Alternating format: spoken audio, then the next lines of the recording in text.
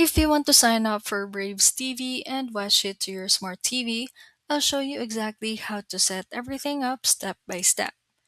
First, go to the Braves TV website on your phone or computer. From there, create your account or sign in if you already have one. You'll be asked to choose a subscription, either monthly or full season. Then enter your payment details to activate your account. Once your account is ready, grab your smart TV and head to the App Store. Now, here's the important part: there's no separate Braves TV app. Instead, search for the MLB app and install it on your TV. After installing, log in using the same account you used when signing up. This connects your subscription directly to your TV. Once you're logged in, navigate through the app and look for the Braves TV section. From there, you'll be able to start streaming games, including live matches, replays, and pre and post game coverage. If you're using devices like Roku, Fire TV, or other smart TVs, the steps are basically the same.